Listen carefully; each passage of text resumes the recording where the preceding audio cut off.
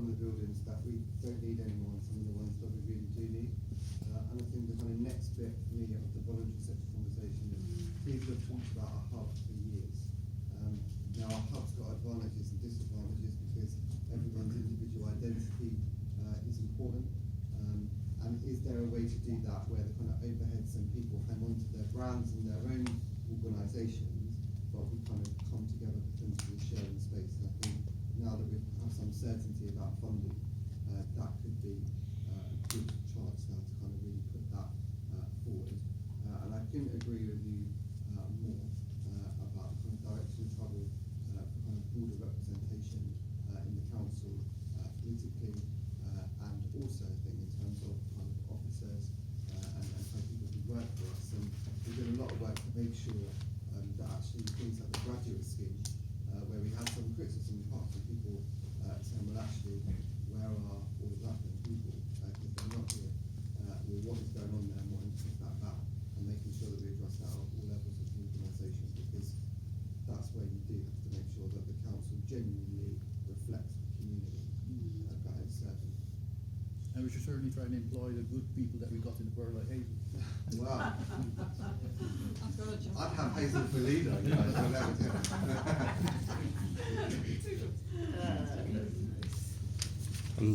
Good evening, Leader.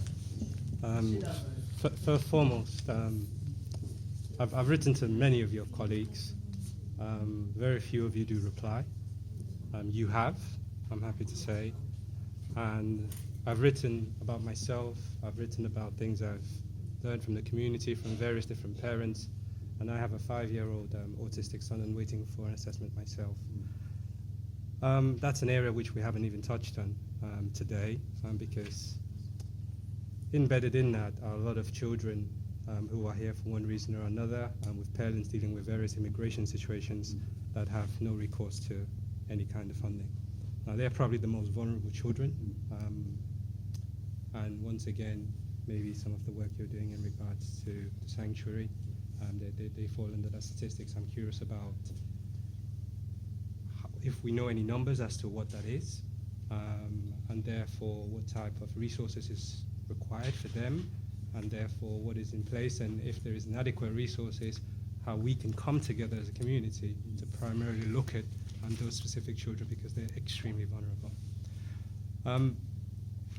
With that, I think it's been very welcome with some of the people I know that you've actually responded and you've taken some time to do so. You haven't just come up with an answer, you've gone back and done some research. But I think they would like to come back to you with your feedback about that, because there are some areas which, I guess on your table, it seems as if it's been represented, the organization is listed, but in terms of actual service behind that branded name, it's very little, and when it exists, there's very little, I guess, in regards to overall resources to support it to do what it needs to do. And so some of those vulnerable children, once again, the problem compounds. In addition to that, I mentioned when I first started speaking, writing to many of your councillors, and you did mention there are 6 now from the BME background. 6 million, there's older ones, but there's... how comfortable do you think they feel, in your opinion, dealing with BME specific problems, given that there's going to be some degree of a conflict of interest embedded within their role, and to be seen to be favoritizing somebody from the BME may be, and somehow look onwards in regards to their role. So what I'm trying to say is that their ability to actually do some of the work they need to do on behalf of the BME community, as I'd imagine we look at them, is negated somewhat. I would like to see what your thoughts are in regards to that. And more importantly, I think Gilles spoke earlier on in regards to some of the structural elements that are built into mental health specifically. I think Mark, in his presentation earlier, discussed some difficulties, particularly within the voluntary sector. And I would like to support that, saying as a service user and a service user rep for Change Grow Live, which is one of the main mental health organizations in the borough, and having tried to be a member of GAIN, which I think you mentioned earlier on, I am still not represented in very, very key wellbeing boards at the moment. And that's not without want of trying or a number of voices shouting here. can you please, would it be possible to shed some light as to what you can do about that, if there is anything you can do at all? Okay. So I guess three kind of broad things there. So I think firstly in relation to issues around children with SEND issues, I'm getting complaints from parents and complaints from schools. So one of the interesting things about this role at the moment is kind of saying to the council, well, we've got some issues to deal with, and people say, well, no, we don't. And I say, well, we've got two different groups now from two different perspectives saying that there's issues and challenges. So we're bringing together a group of head teachers. There's something called the Greenwich Community Schools Partnership that exists. It's chaired by Douglas Gray at Policy Manor. So I met them before Christmas, and we're having a kind of opposite a head teacher conversation to say, this is our experience and this is the challenges and this is what's going on. Second to that, Greenwich Parent Voice, I don't know if you know them. Yes, I do. Yeah, so basically they've written in to say, can we do a kind of public forum meeting to deal with issues about children with SEND and the council's response to them? And I said, absolutely, so we're going to do a date in March, I think it's been agreed, so we can advertise that for people to kind of come down to, because that should be a kind of public conversation, really. And that is all about what people's experiences are and what the challenges that they are facing that need to be dealt with. So it's on my radar. We haven't absolutely fixed it, but hopefully this could be the start of moving in the right direction. Just jumping on that bit, Danny. Because I think that's a really positive initiative. Could you link us in with that? Yeah. So we can help make sure that promote it and everything. Yeah. More than promote, but in terms of looking at the structure of it. Yeah. So the second bit, I think, around new members and their ability, I suppose, to be kind of champions. Conflicts of interest is always difficult for councillors, because what I'm enjoying saying to the new councillors is the experience of being a councillor what you thought it was going to be. At university, the answer was no. And actually, there's a lot of pressure that comes with that role. And then how you, as a member of a particular community, are a champion for that community, but also a champion for the ward that you represent. And I guess there are tensions there sometimes.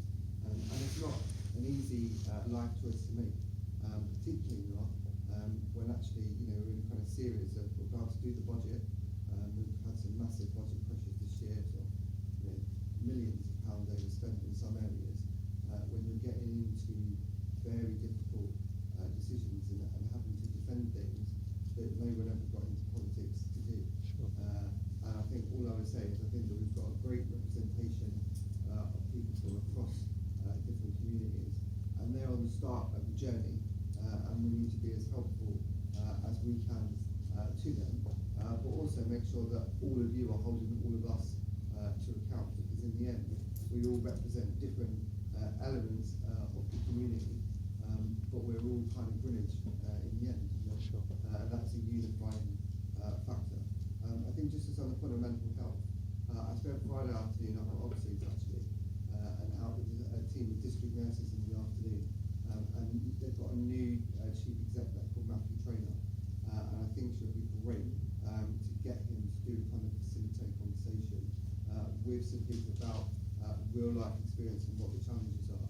Because interestingly, he was telling me that they've started to employ people with lived experience up at Oxford's house in different places, and the level of institutional resistance that he's getting to that is quite a fascinating story in itself. And I'd be very happy to come to that, because I do think there's some real big issues about quality and mental health that have got to be dealt with. So that would hopefully be one of the conversations. Would that give? Would that? I'm going to sort of bring it to a close, because I can see people are wanting to leave, and we've got a couple of bits that we need to get through. So, can I just say a really big thank you, Danny?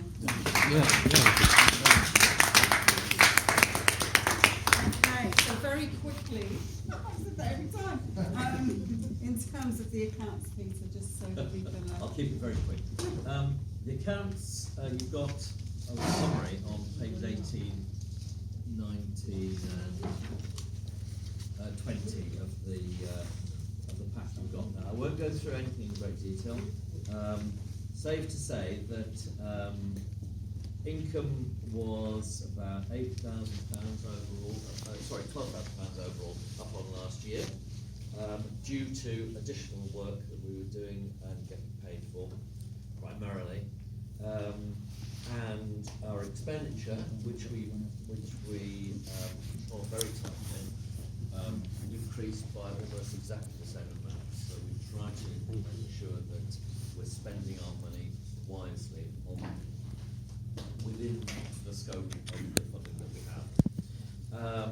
That resulted in a surplus at the end of the year of just £3,000 of the £187,000 income that we got. So we're very tight. We have £17,000 reserves carried forward into the current year, current financial year, which should see us relatively okay this year. Our objective is to build up reserves so that we have enough available to fund the organisation if something happened and funding stopped, to allow us to run the organisation down in an organised manner. We're not at that stage yet. Our objective has to continue to be to build up reserves until we reach that situation. Looking forward, really good news to hear about the funding from Greenwich. It does leave a bit of a shortfall in terms of what we've had in previous years. So our task over the next 6, 9, 12 months is to find additional sources of income to allow us to carry on doing what we're doing now, and to benefit the community in the way that we hope we demonstrate today that we have. That's it. Okay, thank you. That was good. Across the points there. Any questions on the accounts? Actually, he has answered what I was going to do. That was about the result, the levels.